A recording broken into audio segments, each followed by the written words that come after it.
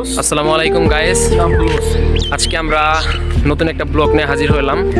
আজকে আমরা যাব দেউলি বাজারে। ওই জায়গায় নাকি ঝালমুড়ি অনেক ভালো বানায়, সমস্যা বানায়, সিঙ্গারা বানায় আর কি। ওইগুলো আমরা আর কি আজকে খাওয়ার জন্য যাইতেছি।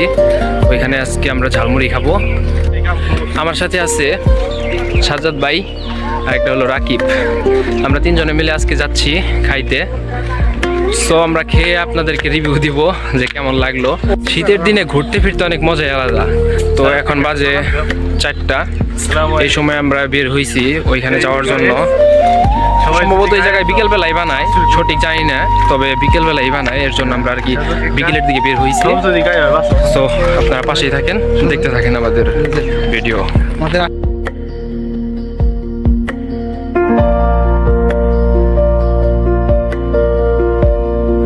এইটা হলো চশিয়াটি বাজার, এটা হলো আমাদের বাজার। এই বাজারের উপর দিয়ে যেতে হয় দেউলি বাজারে।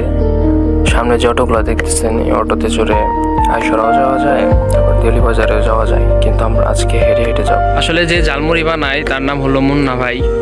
আমি জানি না আর কি, শুনছি অনেকজনের কাছে তার নাম মুন্না। সে ঝালমুড়ি বানায়, তার ঝালমুড়ি নাকি 2-4-5 এলাকায় নাকি অনেক বিখ্যাত, অনেক সুন্দর ঝালমুড়ি বানায়। এর জন্য আর কি আমরা শুনে তার ঝালমুড়ি খাওয়ার জন্য আর কি আমরা যাইতেছি। খুবই শর্টকাটে ভিডিওগুলো করার চেষ্টা করছি। এইটাই হলো সেই মুন্না ভাইয়ের ঝালমুড়ির দোকান। আমরা অলরেডি ঝালমুড়ির অর্ডার দিয়ে দিছি, আমাদের জন্য ঝালমুড়ি বানাচ্ছে। দোকানের ডেকোরেশন মোটামুটি ভালোই করছে। গ্রামের ছোট দোকান হিসেবে আমার কাছে ভালোই লাগছে। আমাদের কথা বলতে বলতে ভাই ঝালমুড়িগুলো বানিয়ে ফেলছে। এখন আমাদের টেবিলে ঝালমুড়ি নিয়ে আসতেছে। ঝালমুড়ির সাথে আমরা একটা করে সিঙ্গারাও নিয়েছি। ভাই বিশ্বাস করেন, খাইতে এত সুস্বাদু ছিল আমি কল্পনা করতে পারিনি। দোকানের মধ্যে আর অনেক মানুষজন ছিল, এর জন্য আমি মানুষজনের কারণে ভিডিও করতে পারিনি ভালোভাবে। যাই হোক, আমরা অনেক মজা করলাম।